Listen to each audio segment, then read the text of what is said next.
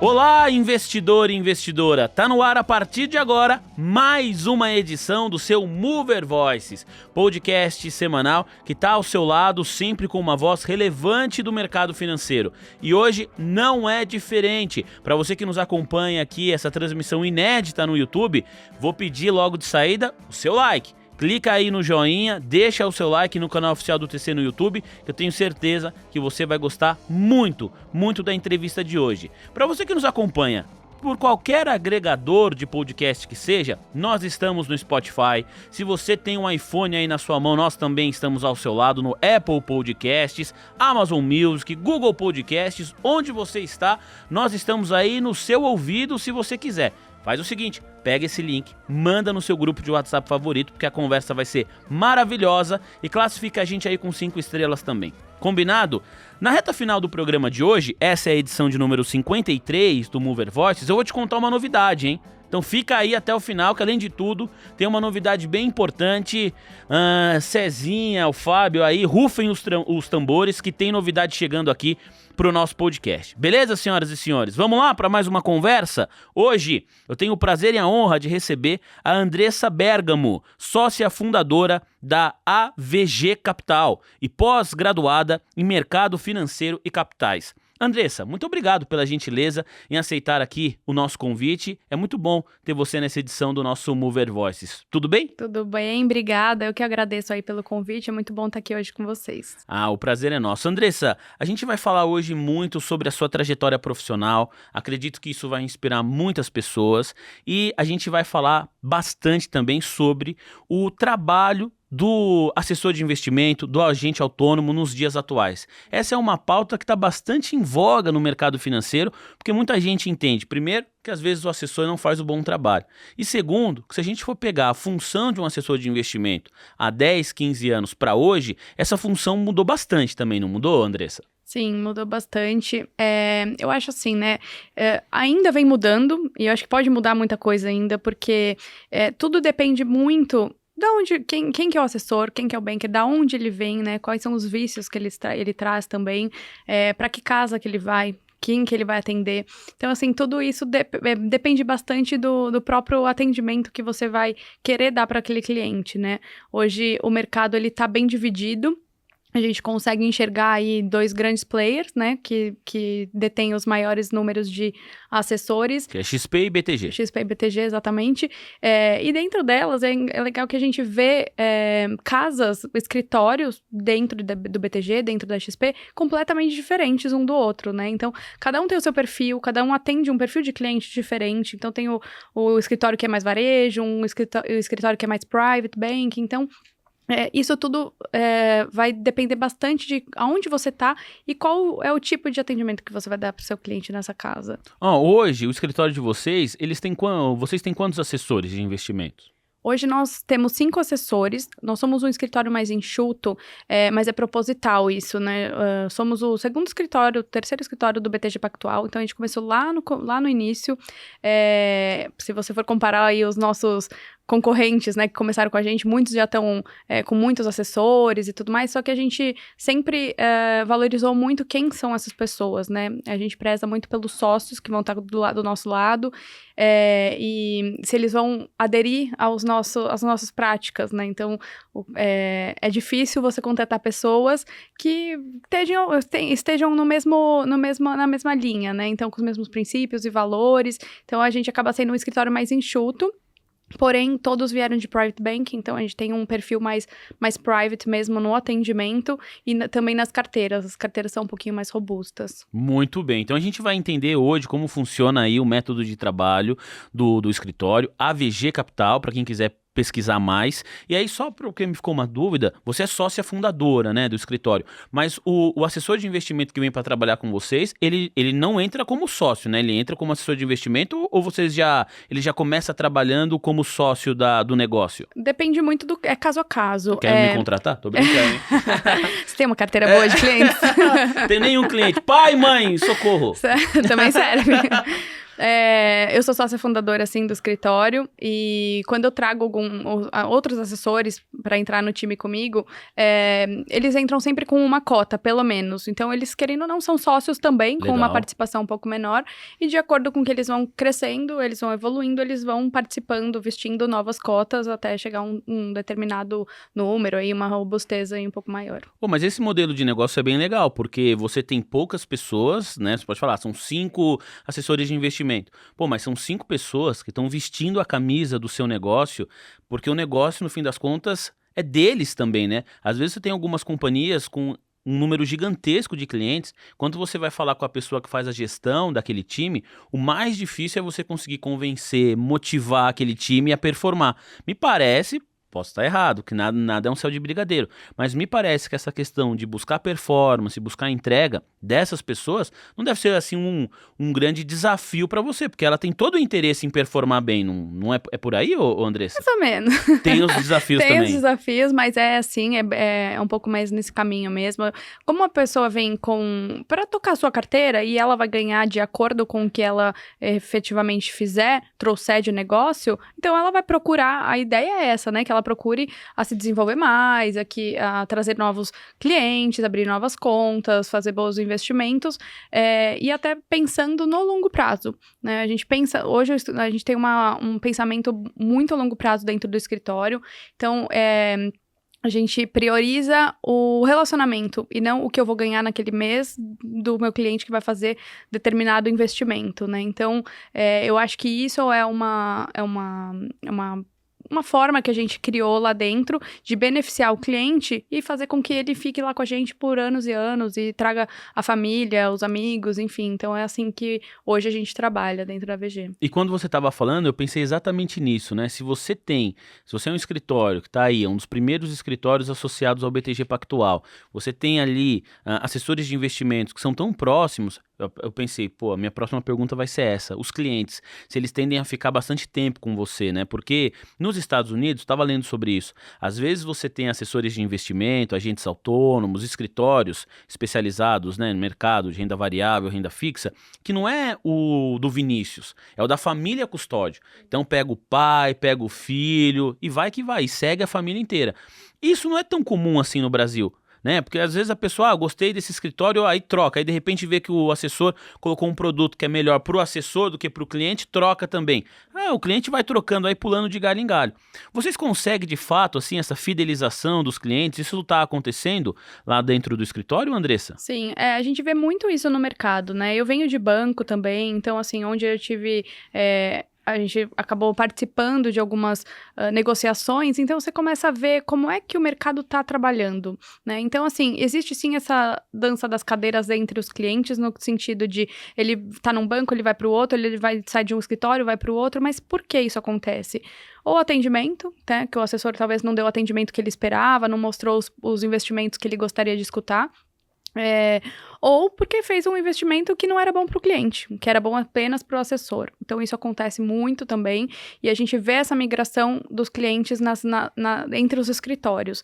E é isso que a gente tenta trazer para cá, que é como você falou, os Estados Unidos trabalham totalmente dessa forma há muitos anos, né? E o Brasil, a gente está começando praticamente nesse mercado de assessoria, de autônomos. Então, eu acho que tem muito espaço ainda para isso, sim.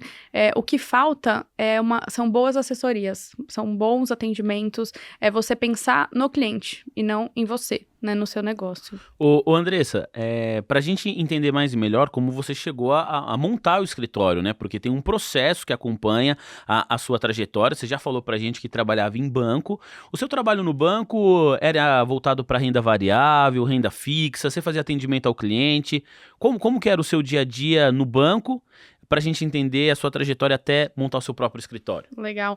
Eu entrei num dos maiores bancos de comerciais no Brasil, e eu entrei na parte de corporate, então eu atendi a PJ.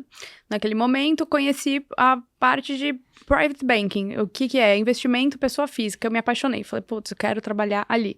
E aí fui abrir uma vaga, candidatei, passei e fui trabalhar no private por lá, e lá fiquei por mais ou menos 10, 11 anos, onde eu criei toda a minha base de clientes. Então lá Você era gerente eu era desses gerente clientes. de investimento, e assim, renda fixa, renda variável, fundos, eu olhava a carteira inteira, previdência, e aí você vai fazendo um vínculo, né, você vai conhecendo melhor o cliente, você fica com aquela base por muito tempo, então a gente criou esse relacionamento. E com o tempo, assim, as coisas foram mudando um pouco de como era, as práticas de mercado. Então, assim, o que eu tinha que fazer, né, para bater minhas metas, por exemplo. E algumas coisas ficaram fora um pouco do meu perfil aí de práticas de mercado. Então, eu falei, poxa, eu preciso fazer alguma coisa um pouco mais isenta, onde eu consiga beneficiar apenas o cliente, não o banco que eu estou, não a carteira que eu monto. Eu preciso dar investimentos que sejam bons para ele, que ele vai ficar rico, né, que, consequentemente, eu vou me dar bem também. E aí eu comecei a olhar para o mercado, comecei a falar, o que tá acontecendo? Isso depois de 10 anos? Depois de 10 anos no banco, e aí comecei a olhar para o mercado, falei, e aí foi logo que a XP, acho que começou também aquele movimento, né, de abrir escritórios, conversei na época bastante com a XP também, e naquele mesmo ano que eu defini que eu ia mudar para uma assessoria, eu escutei bastante escritório, mas ainda assim eu falava, putz, eu acho que essa questão de valores de negócio, cada um tem a sua, eu preciso montar a minha, porque a minha vai ser do meu jeito. Ah, mas você nunca pensou em ir para um outro escritório, de saída você queria abrir o seu? Então, eu conversei com alguns escritórios, e aí eu comecei a ver que poderia ser tudo igual. Entendeu? Assim, entendi. ia ter um chefe, ia ter as regras, ia ter as metas. Eu falei, não quero, vou fugir de meta que eu não aguento mais. Eu fiquei muito tempo já nessa prática. E aí... Eu não vou nem perguntar se você batia as metas, porque se você ficou 10 anos lá, é claro que batia, né? Ah, sim, batia algumas, mas assim, batia por consequência, realmente, porque o que era bom, que eu achava que era realmente bom, a gente fazia. Que legal. O que não era, eu não bati, tava tudo certo e paciência. E aí eu comecei a olhar esses escritórios e pensei, poxa, cada um tem o seu perfil. Eles vão também me cobrar alguma coisa lá, né? Como é que eu faço para sair disso? Eu vou ter que abrir o meu, né? Então aí veio a ideia de preciso abrir o meu negócio e empreender, né? Porque é uma diferença muito grande você ser CLT, receber seu salário. No banco você era CLT? Era CLT no banco. Você recebe seu salário, seu bônus, seu vale alimentação, vale refeição, você tem tudo, os benefícios. E aí você vira de uma hora para outra, você não tem mais nada, né? Você não tem acesso a nada, você sabe que você vai ficar pelo menos aí 1 ano, 2 anos sem receber nada, porque você está investindo no negócio. Vai sair, na verdade, né? Exato. No primeiro momento sai da sua conta. Foi. Depois, se tudo der certo, volta. Mas no começo você... Eu apostei nessa e deu certo. Ah, que bom. Só pra gente conseguir entender melhor como foi essa transição de carreira, porque aí tem muita coisa que eu acho que a gente pode falar, né? Teve muita gente que começou a empreender, principalmente na época da pandemia. O que entrou em discussão é assim, foi um empreendimento que aconteceu por necessidade ou por vocação? Teve muita gente que foi empreender por necessidade, não conseguia emprego, ou não conseguia um emprego dentro daquela função, ou com um salário que julgava adequado, pegou os conhecimentos que tinha, independentemente da área, e foi empreender. Outras pessoas, vocação. Tô tentando, guardei dinheiro para isso, e foi empreender também. Então a gente vai falar muito sobre essa trajetória, essa mudança de CLT para empreendedor, né?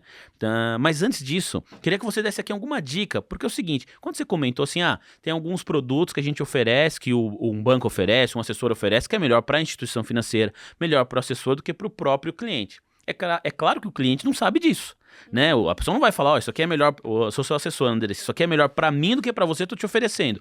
Que dica que você pode dar para quem está acompanhando a gente, para quem está chegando agora no mercado financeiro, para quem está com a sua assessoria de investimento, com o seu banco, e não está tão feliz assim com a rentabilidade, acha que poderia estar performando melhor, acha que o atendimento não é o mais adequado? Fala assim, olha, se está acontecendo A, B e C, presta atenção, porque você pode aí tá perdendo boas oportunidades de rentabilizar melhor o seu patrimônio. Dá pra gente colocar assim algumas dicas nesse sentido para nossa audiência, Andressa? Sim, eu acho que assim uma coisa a mais importante de todas é o conhecimento.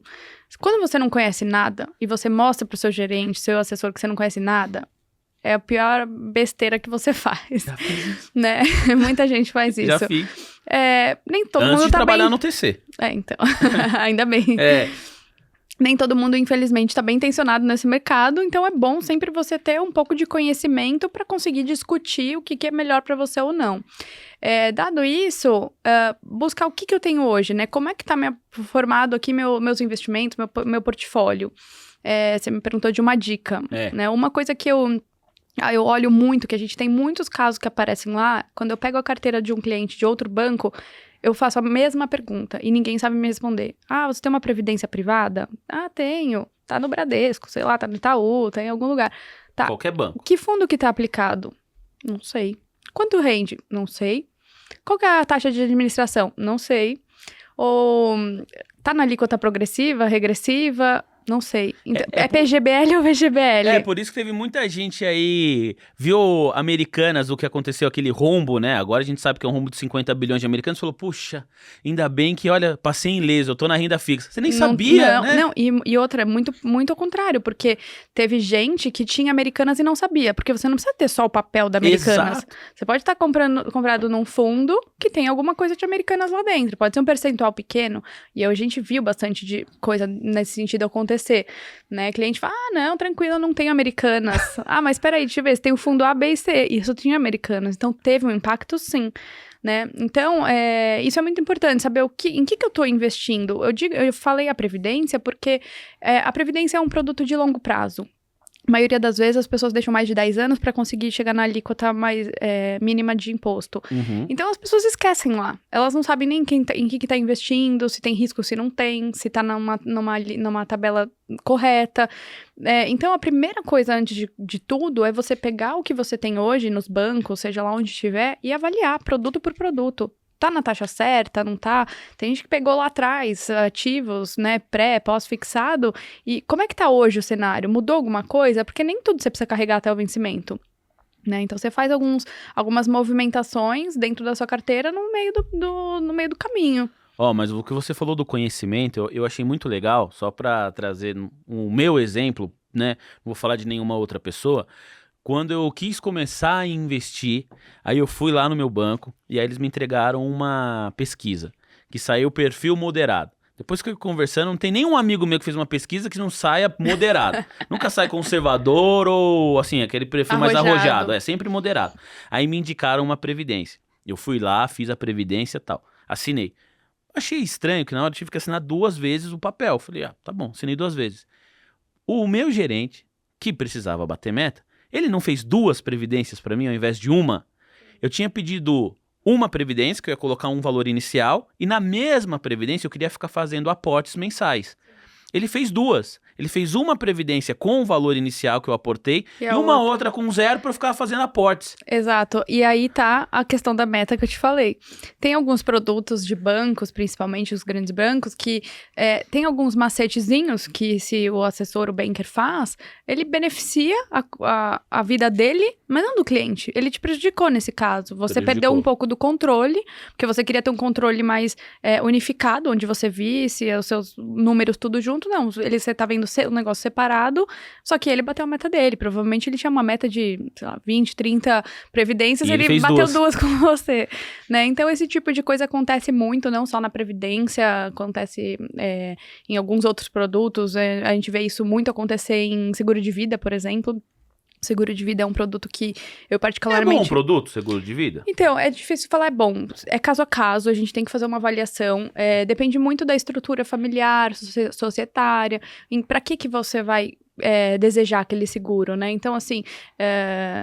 Depende muito de cada um. Tá. Qual que é a idade também da pessoa. Hoje em dia tem seguros que congelam a sua idade. Então isso é bacana, né? Para pessoas mais jovens, que você não vai pensar no futuro, nisso lá na frente, em utilizar esse seguro. Mas, você congelar com a nossa idade hoje, você vai estar daqui 10, 15 anos pagando o mesmo preço que você paga com 30 anos, entendeu? Como que é congelar a idade? Então, eu tenho 29 anos. Hoje? Eu tenho 29. Tá, você tem 29 anos, você vai fazer um seguro de vida. Hoje a gente faz um plano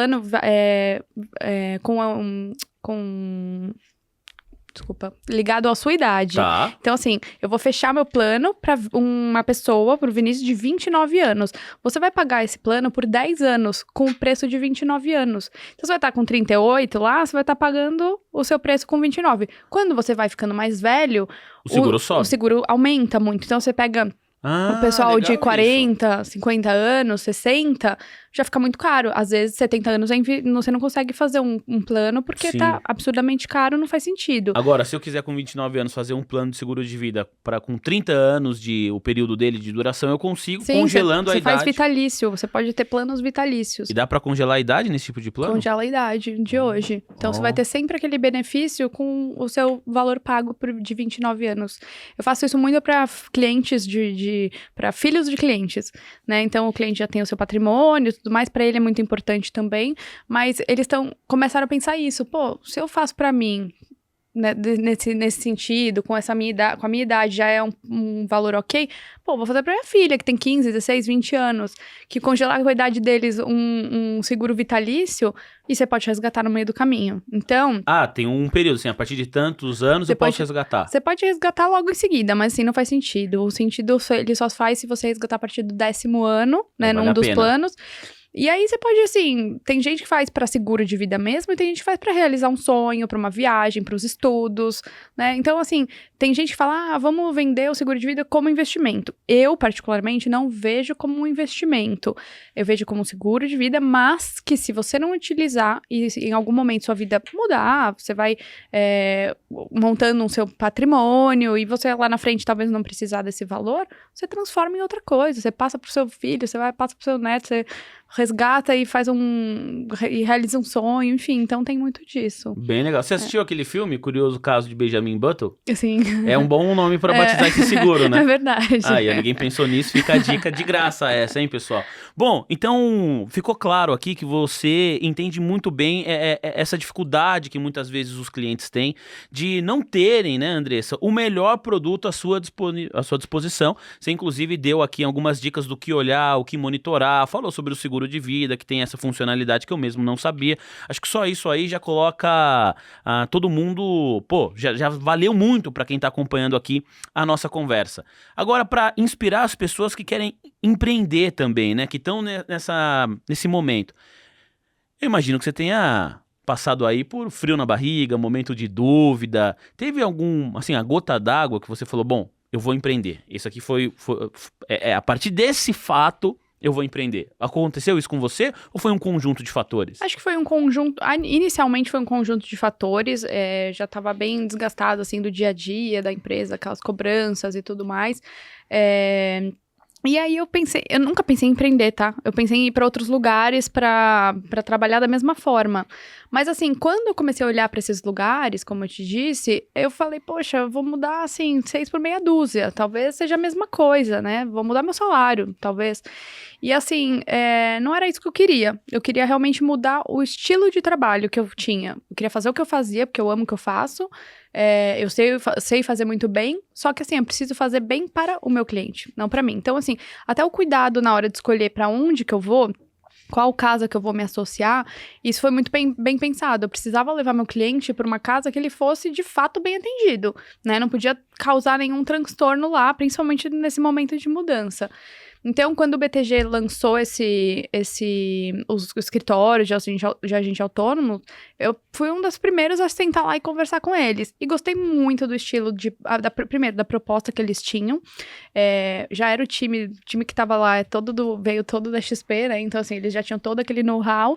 E uma qualidade muito boa do banco, que é no atendimento aos assessores. Pra gente também não ficar vendido com o nosso cliente. Então, até hoje eu tenho isso, um suporte gigante da parte deles, que beneficia muito o nosso dia a dia, né? Pra gente que tá na linha de frente com o nosso cliente, isso é muito importante. A gente ter um back-office, né? O nosso staff aí todo me ajudando na parte de produtos, de sistema, enfim. Então, foi aí que eu falei, bom, ok, eu tô vendo que tem uma casa que ele segue mais a minha linha de trabalho, de raciocínio, então eu vou me plugar ali.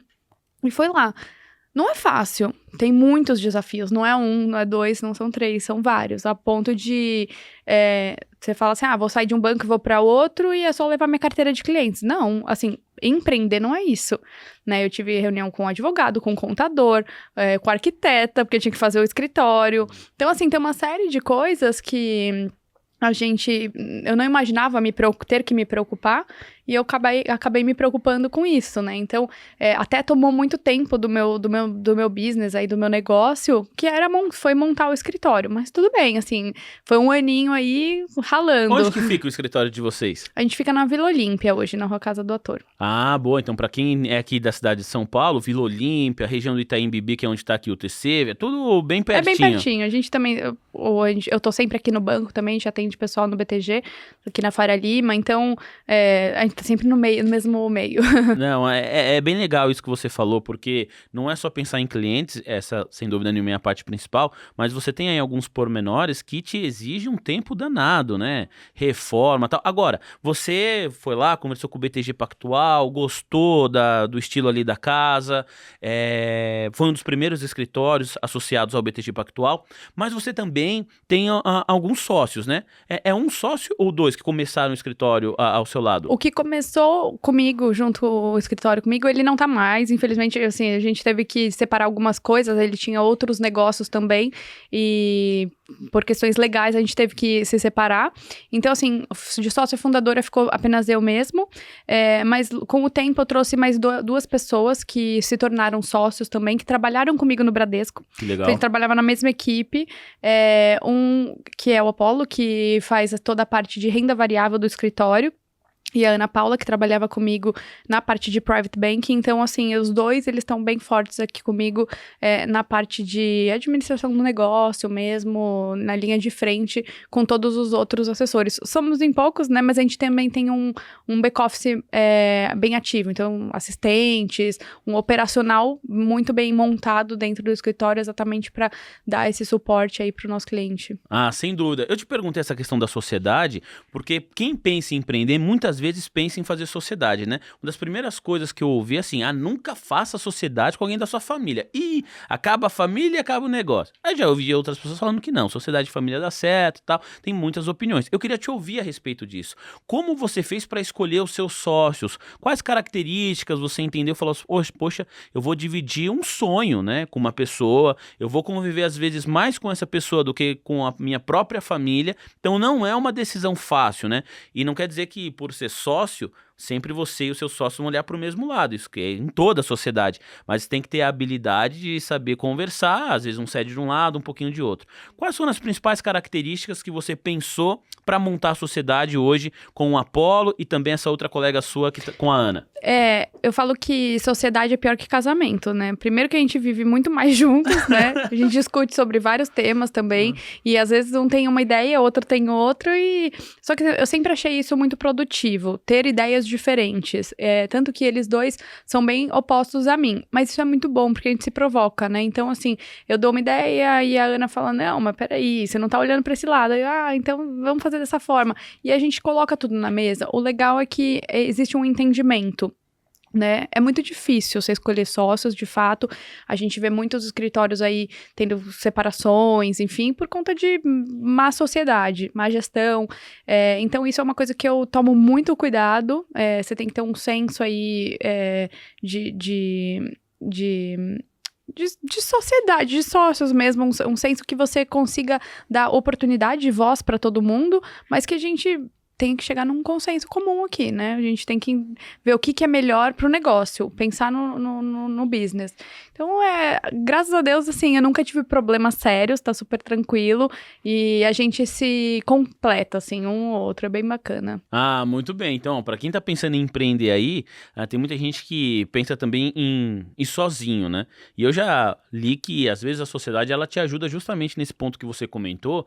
Quando você tem um sócio, às vezes a pessoa vai olhar para um ângulo do modelo de negócio que você não está conseguindo observar, você está sozinho naquele business. E até financeiramente também, às vezes, compensa, porque você não tem todo aquele peso nas suas costas, você acaba dividindo isso com os seus sócios. Mas não deixa de ser, diariamente, uma luta, né, de humildade e resiliência para muitas vezes você ouvir a opinião do outro e abrir mão da sua própria opinião. Você é dona do negócio também, mas faz parte do jogo, né? E tem um crescimento, acho que profissional e humano nessa relação, né? Sim, sem dúvida. Eu acho que é muito melhor. Quanto mais sócios você tem, são mais pessoas, são mais cabeças pensando, né? Eu sempre pensei assim, eu preciso ter do meu lado pessoas que sejam melhores que eu. eles precisam pensar melhor que eu. Porque quando a gente dá aqui o nosso pitaco, sempre tem uma ideia mais produtiva. Então, assim, o ideal é que uma sociedade, principalmente pensando em escritório, tenha mais sócios. Pelo menos 3, que acho que é um número ok. Até porque tem muita coisa para se fazer, né, no escritório, para você formatar. Então, assim, ter poucas pessoas também é complicado, porque aí a gente fica muito sobrecarregado, né? Já passei por alguns momentos, assim, sobrecarregada e aí é complicado pro negócio. Esse momento que você sai do banco que você trabalhava e você vai abrir o seu próprio escritório, o AVG Capital, isso foi em que ano, Andressa, por gentileza? Olha, eu saí do Bradesco, né, que foi a casa que eu trabalhava no final de 2018, e eu já sabia que eu ia para algum escritório, eu não sabia o que ainda. E aí foi quando eu comecei a conversar, conheci meu sócio na época, e falei, bom, vamos montar um negócio aqui com o BTG. Aí a gente começou mesmo em 2019. Aí passou por diligência, faz contratos, tudo mais, e a gente começou em junho de 2019 a tocar efetivamente, começar a abrir conta, movimentar o escritório, de fato. Um pouquinho depois, então, desse processo de 2019, tava lendo, conversando com a Adri, né, que cuida da sua assessoria de imprensa, até a gente também conversou aqui em off, você teve um problema da ordem de saúde mesmo, que é a síndrome de HELP. Foi depois desse processo, já tinha um escritório aberto. Isso, a gente abriu o escritório em 2019, em 2020 eu engravidei, e tive uma gestação super tranquila, só que no 7º mês no 5º mês, desculpa, a minha pressão começou a aumentar muito, então eu tive tive pressão alta, tive pré-eclâmpsia, e a eclâmpsia, ela partiu para a síndrome HELP, né, e a síndrome HELP é uma doença rara, que acontece em, acho que, sei lá, 0,5% das mulheres gestantes, e na maioria das vezes ela mata, né, mata a mãe, mata o bebê, enfim, e eu, com 7 meses, eu infelizmente perdi minha filha, né, a Manu, e só que assim, eu tava no meio daquela movimentação de trabalho, né, que eu tinha acabado de sair do banco, tinha montado o escritório, ela tava começando. Mas esse aumento de pressão foi também em decorrência disso? Eu acho que sim. Eu tento falar que não, mas assim, eu sempre trabalhei muito, sempre fui bem workaholic, assim, então não medi esforços, mas porque eu gosto, não porque eu precisava, assim, ninguém tava me cobrando nada, eu gosto, então eu chegava em casa, eu trabalhava, eu acordava cedo, eu trabalhava, enfim, ao invés de ver um filme, eu trabalhava, então eu gostava muito disso, e aí a minha médica até me internou, falou, não, eu vou te internar porque você vai precisar parar um pouquinho de trabalhar. E aí eu fiquei internada, mas eu levei meu notebook. Levei meu notebook, tava abrindo uma conta. Inclusive, quem descobriu isso, o que aconteceu, foi um cliente. Porque ele me mandou a documentação pra abertura de conta e no dia seguinte eu sumi, né? E aí ele foi atrás do meu sócio, falou o que aconteceu, né? Eu tô abrindo minha conta e a Andressa desapareceu. E, de fato, aí eu fiquei internada, fui pra UTI, fiquei desacordada aí um tempinho. Então demorou, fiquei 1 mês, assim, totalmente off, né? Eu não conseguia nem falar com ninguém, perdi visão. Mas tudo isso em decorrência da síndrome HELP? Tudo da síndrome HELP. E para você conseguir o tratamento contra essa síndrome é ficar descansando? Seria um repouso absoluto, o que eu não ia conseguir. Assim, eu não imaginava de verdade que era tão importante isso, né? Eu falava, não é possível, será? Tem que ficar deitada aqui? Como é que eu vou ficar deitada? Eu tenho um monte de coisa pra fazer. E hoje, né, depois de tudo que eu passei, enfim, eu penso, poxa, eu devia realmente ter ficado deitada, eu devia ter valorizado um pouco mais meu tempo, minha saúde, minha família, enfim. Então, é uma lição, querendo ou não, porque você tem que saber dividir. Não adianta, o mundo não vai acabar, né? Então, assim, você tem que saber que você tem o seu trabalho, mas você também tem sua família e você tem sua saúde, né? Hoje eu falo até pra todo mundo que trabalha lá comigo, eu falo, vocês têm que ter o tempo de vocês, não adianta ficar aqui o dia inteiro. Tem que fazer um esporte, tem que sair com a tua família. Então, assim, isso faz parte do nosso dia a dia também, na nossa evolução, no nosso crescimento até profissional. Enfim, e aí eu tive esse problema, e aí meu rim, eu tive disfunção renal, fui pra hemodiálise, e assim, foi um ano catastrófico, né? 2021 ainda eu ficava 5 horas dentro do hospital, fazendo hemodiálise, então eu tinha que levar o computador. Nessa época tinha pandemia ainda. Tava na pandemia, exatamente, tava na pandemia. Que foi um momento ruim, né? Porque, assim, eu precisava... Pensa, eu tava na pandemia, tinha acabado de trocar de trabalho. Eu falei, o que eu vou fazer agora, né? Então, eu precisava trabalhar. De alguma forma, eu precisava resolver as minhas coisas. E sim, e aí, assim, o bom de tudo isso é que a gente fazia muita reunião por vídeo, né? Então, isso facilitava, eu não precisava sair de onde eu tava. Então, às vezes eu fazia reunião lá no hospital, ninguém nem sabia que eu tava no hospital. Mas eu tava lá com o cliente, fazendo negócios e tal. Então, foi um ano um pouco mais complicado aí, pessoalmente, pra mim, nesse sentido. Mas, assim, passamos bem por isso. O que eu falo, valorizei muito minha equipe, meu sócio, meu trabalho, as pessoas que estavam do meu lado, minha família, obviamente, que conseguiu tocar isso. Porque, querendo ou não, os clientes eram meus. Quem ia atendê-los, né? Entendeu? A gente tem que ter as pessoas que vão nos substituir para qualquer momento, qualquer emergência. A gente nunca sabe o dia de amanhã, né? Então, isso é o que eu valorizo bastante, as pessoas que estão... Por isso que eu falo para você, nosso escritório é mais enxuto, porque eu escolho a dedo as pessoas que vão estar com a gente, de fato, sabe? Então, foi isso, assim. Mas logo na sequência, voltei pro trabalho, super ativa, ganhamos a premiação de Best Performer do BTG, então fomos para Portugal receber o prêmio. Isso em 2021? 2021. Isso, 21, 22, 21. Então, assim, foi maravilhoso. Eu só tenho que agradecer aí a equipe, a todo mundo. E continuamos aí ganhando. Hoje a gente tem o 3º ano consecutivo de melhor NPS do banco também, que é a satisfação dos clientes. Não, NPS a gente monitora demais aqui também, da própria ATC Rádio, tudo. É muito bom quando o NPS é alto. Né? Muito bom. E o nosso é acima de 97. 96? 96, 97. Porque isso, pra quem não sabe falar, 96 de 1000. Não, 96 de 100. 96%. É acima de 96. Eu não sei, tá? Acho que em torno de 97%. Nossa, mas é altíssimo. É alto. Sempre tem um chato, né? Que não dá 100%. Normal. Sempre tem. Não, sempre tem. Mas nossa, não sabia que era 96%. A gente não leva como chato, a gente leva como aprendizado. Por que ele deu detrator ou neutro? E a gente vai entender o motivo dele ter feito isso e, assim, dar o suporte. O que faltou aqui pra você, né? Faltou atendimento, faltou suporte em algum momento. E a gente tenta pegar esse problema e passar pro time todo, daqui pra frente tem que mudar isso. Porque alguém não ficou satisfeito, né? Então, por isso que eu acho que... E nosso NPS, ele é feito bem... na unha mesmo, assim, a gente olha diariamente, acompanha com os clientes. Isso, pra mim, acho que é mais importante que qualquer coisa. É o atendimento que a gente dá e a nota que o cliente me dá, né? Como é que ele tá vendo o nosso trabalho. Isso, pra mim, acho que é a maior importância hoje. Isso acho que foi uma das coisas que eu aprendi no mercado financeiro, para além de mercado. Dei o exemplo aqui que o meu gerente do banco lá, fez eu assinar 2 previdências e uma só.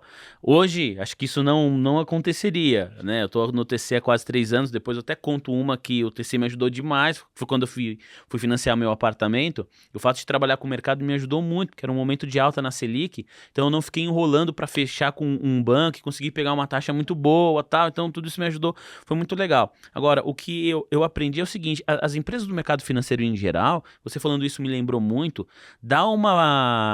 valoriza muito a opinião do cliente. Monitora, de fato, o que o cliente fala. Antes eu trabalhava em empresas de comunicação tradicional, que geralmente o cliente escreve, o cliente é o ouvinte daquela emissora, o telespectador. O pessoal não dá muita atenção. Fala, deixa aí, não sei o que e tal. E aqui, ao contrário, assim, né? As pessoas olham, monitoram realmente de perto, quer entregar um produto legal, tem o NPS que todo mundo olha. Em geral no mercado, aqui no TC também, a TC Rádio, a gente olha e faz muito isso, mas eu tô falando em geral mesmo. E é valorizar quem acompanha ali o seu produto. Achei isso muito, muito bacana. Agora, para voltar aqui à sua história, ô Andressa, quando você retorna em 2021, vocês já ganham esse prêmio. Como que funciona? Porque me parece que é um prêmio bem importante. Hoje o BTG, né, em 2021 também já era assim, tinha várias casas, né, tem vários escritórios ali associados à marca do BTG Pactual. E vocês ganharam o prêmio como melhor performance. O que é isso?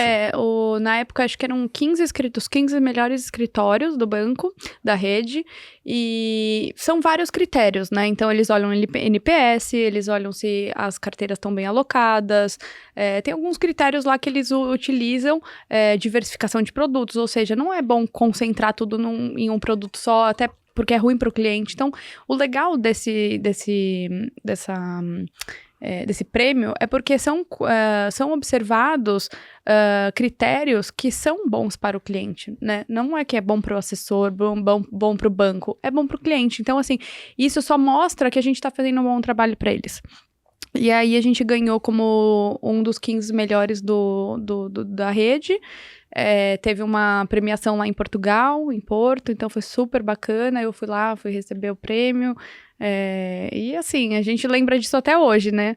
Que legal. E agora, novamente, agora a gente recebeu, semana passada, inclusive, o 3º ano consecutivo do NPS também, que é algo que a gente leva muito em consideração.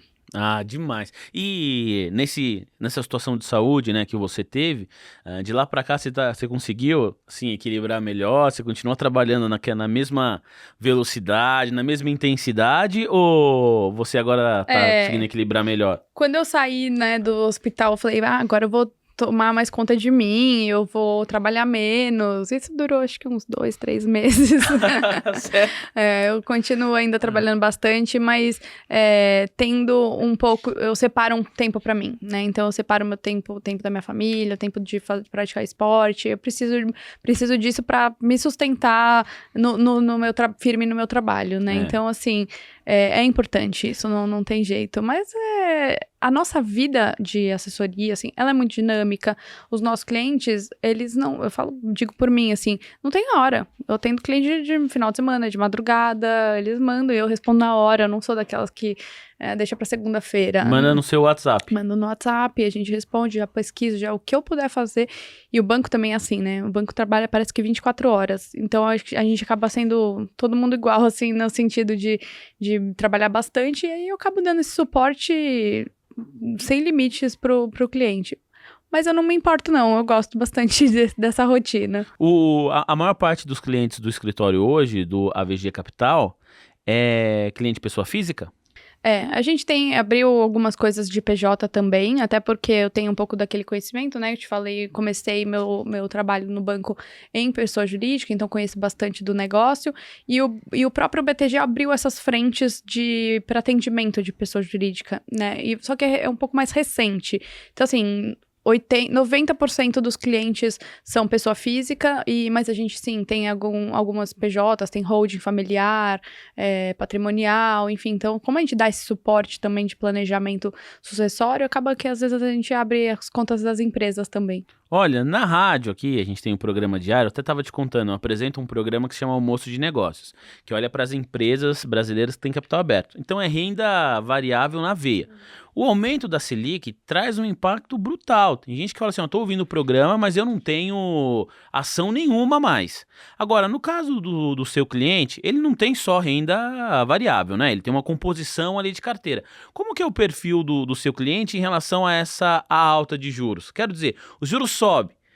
Tem um impacto no número de clientes do escritório, a pessoa fala, não, agora eu vou parar de ser cliente, eu não vou investir mais. Ou ao contrário, né, o cliente ele já tem aquela maturidade, pouco a pouco você e o seu time conseguiu construir isso, assim, olha, pessoal, os juros eles estão subindo, então renda fixa talvez agora não é o melhor caminho, né, vamos diversificar isso aqui, mas você tem uma oportunidade, olha esse pré-fixado, olha outro produto ali. Como que tem sido essa experiência na educação financeira também dos clientes que fazem parte do escritório?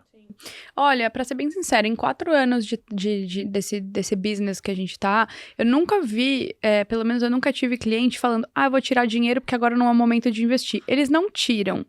O que eles fazem? Eles mudam a posição e a gente orienta isso também, né? Então, assim, a taxa de juros subiu, o que a gente vai fazer? Taxa de juros caiu, o que a gente vai fazer? A bolsa tá pra voltar, então vamos colocar um pouco mais em bolsa? Ou mercado internacional é uma opção também para aqueles que estão um pouco mais receosos, talvez, com o Brasil, ou querem diversificar patrimônio, o portfólio. Então, assim, eles não é que eles não tiram, mas eles mudam um pouco as posições, e faz todo sentido, né? Então, a gente tem hoje uma taxa de juros mais alta,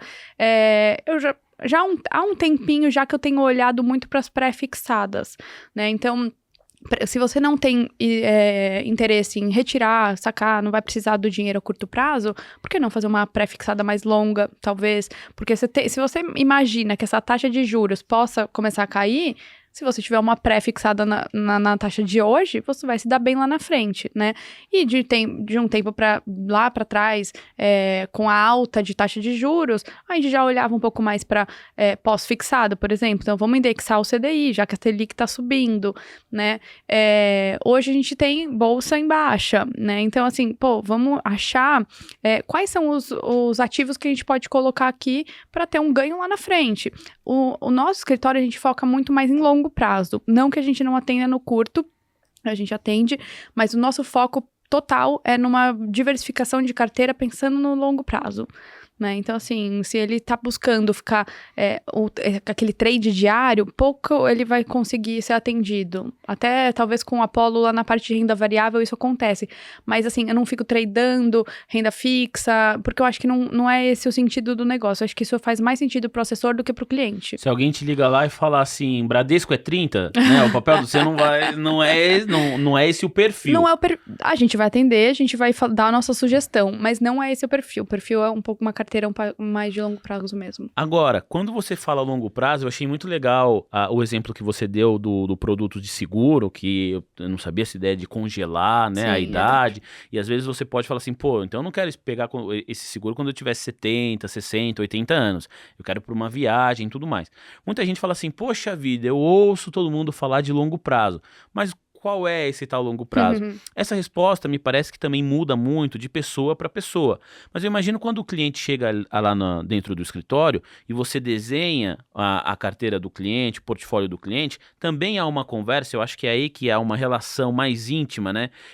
Mais profunda entre cliente e assessor, cliente e escritório, que é para entender os objetivos de vida daquela pessoa, porque no fim das contas são esses objetivos que vão determinar o longo prazo para aquela pessoa, que pode ser muito diferente do meu longo prazo, né? Eu queria que você falasse um pouquinho sobre isso, esse conceito de longo prazo, como que vocês trabalham isso para cada cliente, é caso a caso, existe um conceito mínimo, quer dizer, antes de 2 anos não mexe, porque pelo menos 2 anos para ser considerado longo prazo. Como que vocês trabalham esse conceito dentro do escritório, Andressa? Se você for, muitos escritórios avaliam as carteiras mês a mês, por exemplo. Tem cliente que gosta disso. Eu, particularmente, não acho que é uma coisa bacana. Até porque, assim, você vai investir em renda variável, por exemplo, ou até mesmo fundo multimercado. Você vai ficar louco se você ver mês a mês. Você vai falar, tô perdendo tudo. Ou, meu Deus, ganhei pra caramba. E no mês seguinte, você perdeu tudo que você ganhou. Então, assim, não dá. O que eu gosto de olhar é, assim, pelo menos uma janela de 6 meses, tá? Então, de 6 em 6 meses, a gente começa a avaliar como é que foi aquela carteira que a gente montou. Agora, o longo prazo, realmente, tem cliente que fala assim, isso aqui é longo prazo? 1 ano. O outro fala, longo prazo são 10 anos. Então, de fato, depende muito de como que tá a estrutura dele, qual a idade da pessoa, porque se ele tá acumulando dinheiro, né, se ele tá nessa fase de acumular, ou se ele tá na fase de preservar o patrimônio. Então, isso tudo realmente depende muito de cliente para cliente, investidor para investidor. Eu olho, assim, um longo prazo, pelo menos 2 anos. Tá, então assim, a minha percepção, mas claro, vai depender muito de quem é o cliente, qual que é o ativo que a gente tá falando, e qual é o risco dele, porque às vezes a gente tem aí ativos maravilhosos, pagando taxas ótimas, ativos de 4 anos, por exemplo, mas e aí, qual que é o risco do negócio, né, porque, ele tá com uma taxa boa, uma pré-fixada de 15% isento, por exemplo, hoje, maravilhoso, né? Nossa! Então, mas quem diz que não vai quebrar o ano que vem, ou daqui 3 anos? Então, assim, ainda mais esse momento que a gente vem vendo depois de Americanas. Da Americanas. Exato. Quem imaginava que ia acontecer isso? Né? Então, às vezes, empresas AAA que podem dar problema. Então, assim, o que eu acho que é a melhor alocação? É um portfólio bem diversificado. Então, você tem que ter de tudo um pouco. Mas eu sou conservador. Tá bom, mas assim, uma pitadinha de multimercado ali para você ver um pouco mais de ganho. Você, mesmo na renda fixa, você pode fazer um pouco de pré, um pouco de pós, um pouco de inflação, né? Você vai estar lá diversificado, ou seja, a inflação subiu, tô ganhando aqui. Mas a Selic caiu, mas eu perdi aqui. Sempre vai ter isso. Um portfólio que se você ganha eternamente, não é um bom portfólio. Se você ganhar todos os meses, alguma coisa tá errada. Porque quando o tombo vier também, esse tombo vai ser proporcional. E não é nem que eu tô torcendo aqui para que você que ganha todos os meses no seu portfólio tenha um tombo. Não é isso. É que, em geral, a tendência do mercado não dá para você ganhar todas o tempo todo, né? Isso assim, você tem que olhar com muito cuidado para isso. E hoje em dia também você tem a internet aí da vida, eu já comentei isso com outros convidados. Mas do nada você vê alguém que aparece e fala, olha, eu fiz um trade aqui, agora eu vou pagar essa garrafinha de água.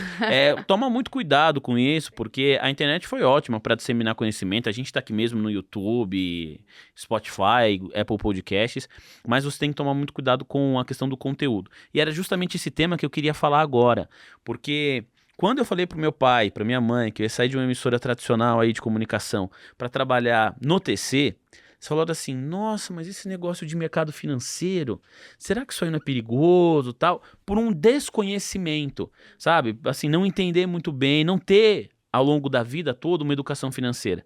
E eu achei muito, muito legal. Agora eu não moro mais com os meus pais, né? Que eu comprei o apartamento.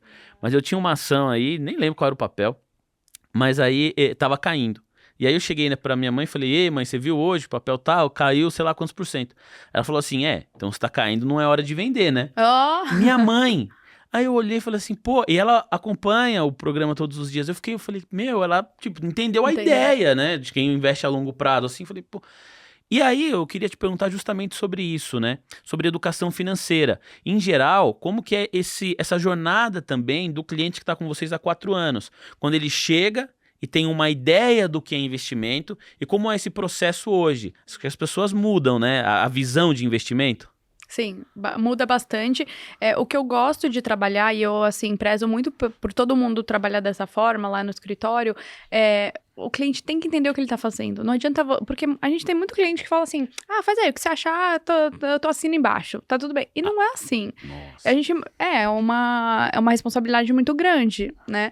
Então, assim, eu gosto sempre de ensinar e de mostrar. Tentar mostrar ao máximo, assim, o que ele tá fazendo, qual que é o risco daquilo, quanto tempo ele vai ficar no papel, que ele vai ter um tempo que talvez ele não possa resgatar. Isso tudo é importante, porque, assim, eu canso de receber clientes de outras casas, que aí você chega aqui, olha, avalia pra mim, tá tudo em COI. Sabe o que é COI?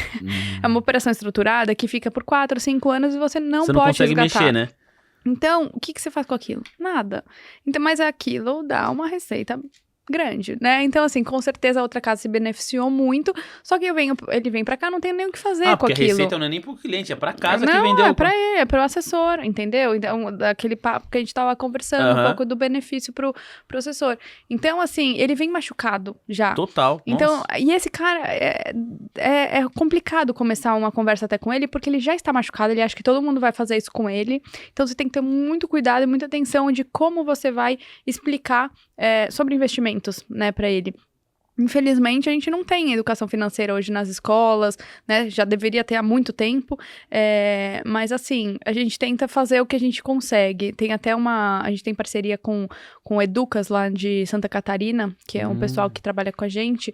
E eles fazem isso voluntariamente, né? Então, eles vão nas escolas e dão toda a educação financeira, fazem atividades, teatros, tudo para ensinar as crianças, já desde pequeno, como poupar dinheiro, como reservar pra que ela vai usar, então ela vai guardar um pouquinho pra comprar o brinquedo que ela quer, sabe esse tipo de coisa? Isso é muito legal. É muito legal. Uma pena a gente não ter isso hoje nas escolas, né? Eu acho que faz muita, muita diferença isso se eles tivessem, né? Mas a gente tenta levar isso para os pais, né? A gente tem muitos clientes lá que são pais de crianças e a gente fala, pô, faz isso com seu cliente, dá um cofrinho, sabe? Que seja.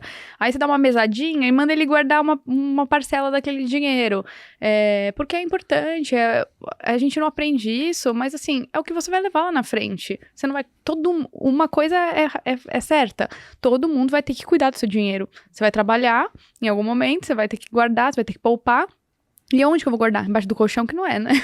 E tem gente que já ouvi falar isso. É mais fácil guardar embaixo do colchão. Assim, Você sabe que teve gente que me mandou mensagem na época da eleição, com medo se Lula ganhasse ou se Bolsonaro ganhasse. Qual é o risco de saquear a poupança? Eu acho que eu vou tirar o dinheiro do banco, vou guardar em casa. Eu falei, É porque já passaram também, né? A gente teve o plano Collor lá atrás. Muita gente se matou, né? Sim. E muita gente ainda leva isso... no coração, né? Então, pô, e se acontecer isso de novo, o que eu vou fazer? Nossa. Mas isso é um dos motivos que a gente abriu muita conta lá fora. Então, muito cliente levou dinheiro para os Estados Unidos, para a Europa, a ponto de diversificar geografia mesmo, sair do Brasil e levar um pouco para lá. Ou porque vai viajar, gastar lá em algum momento, ou porque realmente está querendo preservar aí uma parte do país onde ele mora. E você falou sobre essa questão da desconfiança, né, e desse temor de algo que nós, quando digo nós, enquanto nação, já vivemos, que foi o Plano Collor. Hoje, no dia que a gente está gravando esse podcast, uma pessoa escreveu lá na rádio: pessoal, é verdade essa história do fundo garantidor de crédito, até 250 mil reais? Porque do jeito que as coisas estão hoje, não dá para confiar mais em nada, né? E mandou isso no comentário do YouTube, assim, a pessoa desconfiada realmente. Sim. Então as pessoas estão com medo, né? Estão com medo.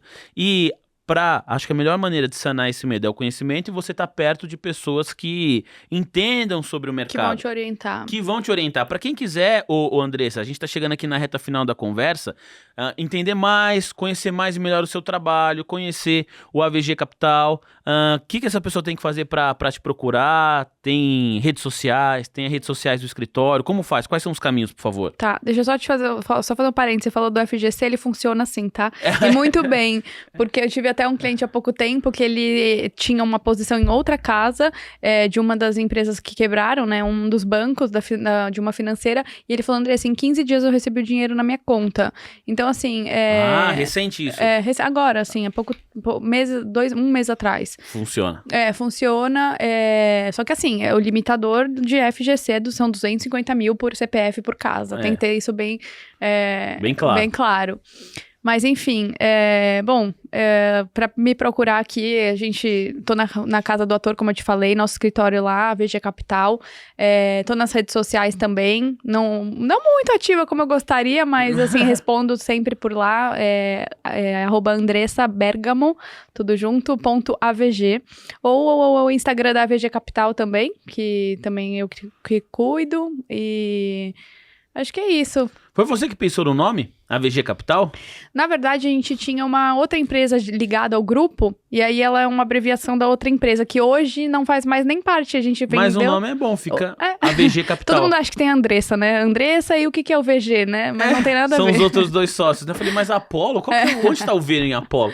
Não é. Mas, então tá aí, ó. Procurem AVG Capital, procurem a Andressa Bergamo também. Mais dúvidas, a Andressa pode te ajudar. Procura a AVG aí em todas as redes sociais. E se você for até a Vila Olímpia, bater lá pra tomar um café, falar: eu ouvi o Mover Voices, tá? Vai ser... É isso aí. Vai ser sempre recebido. Bem-vindo, vamos tomar um cafezinho lá. Boa. Falar de investimento. Boa. Ô, Andressa, pra gente encerrar, eu queria falar sobre futuro, né? O que você projeta pro escritório? Vocês conseguem sempre performar bem, tem um NPS que é brutal, não sabia desse NPS na casa de 96%. O que mais falta atingir? Você... pensando no escritório, aumentar o número de clientes, crescer ainda mais. Qual que é o seu sonho pensando no escritório? Legal. Inclusive, eu tô bem nesse momento, né, onde a gente tá pensando como que a gente vai crescer agora. E eu quero crescer com boas pessoas, como eu te falei, então, assim, tenho conversado bastante com assessores ou até bankers, né, que já estão em outras casas e queiram virar essa chavinha, igual a gente fez, e de fato empreender, porque sempre tem espaço lá, né, sempre é uma caixinha que tá precisando ser cuidada. Então, crescer na forma de trazer novos assessores. Já pensamos também em algumas fusões, né? O banco tem olhado bastante também para isso, e com bons olhos e bom relacionamento, a gente tem algumas conversas legais que podem fluir, mas tudo com muito, muito cuidado, né? Como eu te falei, a gente quer manter o que a gente tem hoje, um bom NPS, um bom atendimento, um bom clima na organização também, que isso para mim é fenomenal. E assim, como que a gente faz isso e cresce ao mesmo tempo? Então é pegar as pessoas certas e aumentar aí o time. Queremos aí bater o 1 bi logo, o quanto antes, então a gente está em busca aí de profissionais que queiram tocar essa com a gente. Atualmente vocês têm quantos? A gente está com mais ou menos 500 milhões. Então o objetivo é dobrar. Chegar a 1 bilhão. Sim. Com certeza vão atingir, muito boa sorte. E no campo pessoal, você, né? Quais são os seus sonhos? A gente falou tanto, né, desse processo de aprendizado que aconteceu, como você está dividindo o seu tempo. Você tem grandes expectativas? Qual que é para quem gostou e se identificou com você e quer saber também, quero saber quais são os próximos passos da Andressa. Da Andressa? Olha, eu já, graças a Deus, já realizei muitos sonhos. Eu não posso falar assim, eu sou bem completa, mas acho que você sabe muito bem o que aconteceu comigo, eu perdi uma gestação, então acho que a minha única expectativa agora é um dia ser mãe, né, também ter esse momento que eu acho que eu mereço, e aí futuramente, quem sabe. Merece sim, se Deus quiser vai acontecer, e o seu futuro bebê com certeza já vai nascer com uma previdência privada ali, com a idade congelada, em 2 meses vai ser aí uma pessoa muito bem sucedida. Já tem, o bebê nem existe, ele já tem uma reserva ali, ó, financeira. Boa, Andressa. Olha, eu quero te agradecer demais, espero que você tenha gostado da conversa. Adorei, foi muito obrigada. legal, aprendi muito, desejo muito sucesso pra você no campo pessoal, no profissional, então nem se fala. Obrigada. Conta sempre aqui com a TC Rádio e com o nosso podcast também. Muito obrigado pela gentileza. Obrigada a você aí pela atenção, todo o time aqui do TC, é sempre muito bom estar aqui com vocês. Muito obrigado. Olha, eu quero agradecer também a Adri, assessora de imprensa da Andressa, que fez essa ponte aqui. Muito obrigado, Adri, tá acompanhando a conversa aqui nos nossos estúdios. E eu quero agradecer, disse que tinha um recado especial, hein, Cezinha aí, Fabião? Tem um recado especial mesmo. Ó. Seguinte, essa é a edição de número 53 do Mover Voices. E a última, você diz o quê? Tá acabando o podcast? Não, senhoras e senhores, nós também temos aqui grandes expectativas de futuro. E vem novidade boa por aí que eu não posso contar agora ainda. Não posso, eu quero, eu tô me segurando aqui, mas tem um bip na minha orelha que se eu falo aqui dá choque. Mentira, eu não posso contar ainda, mas vem coisa muito legal por aí. Então faz o seguinte, ó, segue o nosso canal do YouTube, TC aqui, TC Investimentos, se inscreve aí para seguir, ativa o sininho para receber todas as notificações. Se você quiser seguir também a minha rede pessoal aí no Instagram, @sobcustódio, pode seguir também que eu vou divulgar tudo por lá. Segue @TC Rádio no Insta também, a gente vai divulgar em todas as plataformas, mas vem uma novidade muito, muito legal por aí. Podcast, investimento e muito mais. Segue a gente aí que você vai saber de tudo. Obrigado por essa jornada no nome Mover Voices. Nós tivemos 53 edições e daqui a pouco tem novidade, tá bom? Um abraço, até a próxima. Estamos sempre juntos em todos os momentos. Até lá, tchau.